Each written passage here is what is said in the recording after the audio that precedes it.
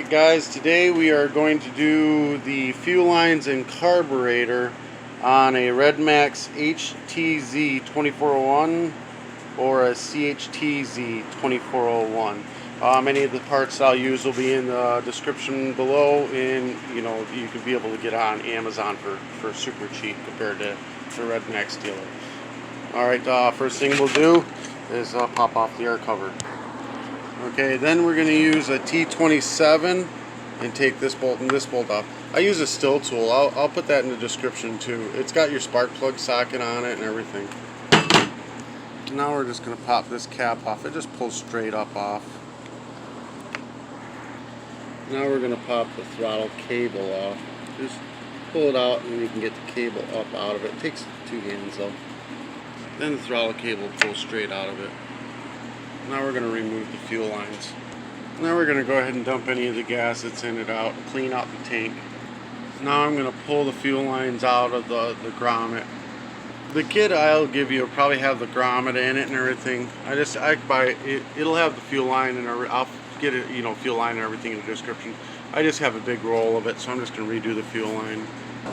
Now we're going to cut the fuel line into a point. Dip it in some oil. I'm just using motor oil, but you can use 2-cycle or whatever, spray oil, whatever. Stick it into the back hole on the grommet. Push it through. Alright, and then we're going to cut it off. We'll cut it off about the top of the isolator block. Cut the line into a point again. Dip in whatever oil you've got.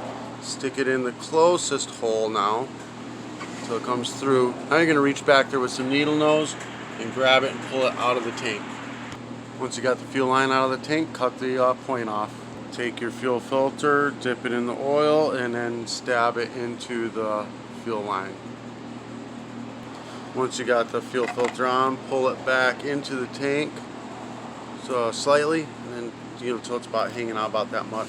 Then flip it around. Stab it right back into the tank. Get it to lay down on the bottom of the tank, right in there nicely. Yeah, that one's laying in there good. Alright, and then cut off this fuel line to about the same length. Okay, front fuel line has the filter on it. We're going to dip that in oil and then put it onto the large barb.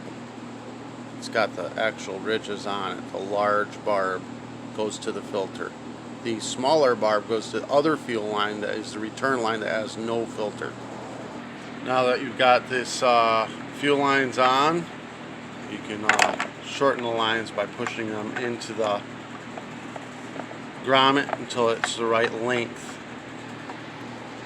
Reinsert the throttle cable and reattach it. Now reinsert the air filter assembly into the carburetor choke side towards the recoil. Put the gasket between the carburetor and the intake. Notice this hole right here is your vacuum line for your fuel pump and your carburetor. Make sure one of those little holes line up with it. Install into the intake, gasket between the carburetor, and then tighten down with the T27. Then take the cap. It just pushes right back on. No problem at all, right onto that. Now you install your air filter and air filter cover. Screen goes on like so. Screen and filter. Cover goes into these slots. And then screw it down. Just make sure your choke arm is towards the recoil. Alright, then you just put your gas into the tank, put your cap on, and you're ready to go.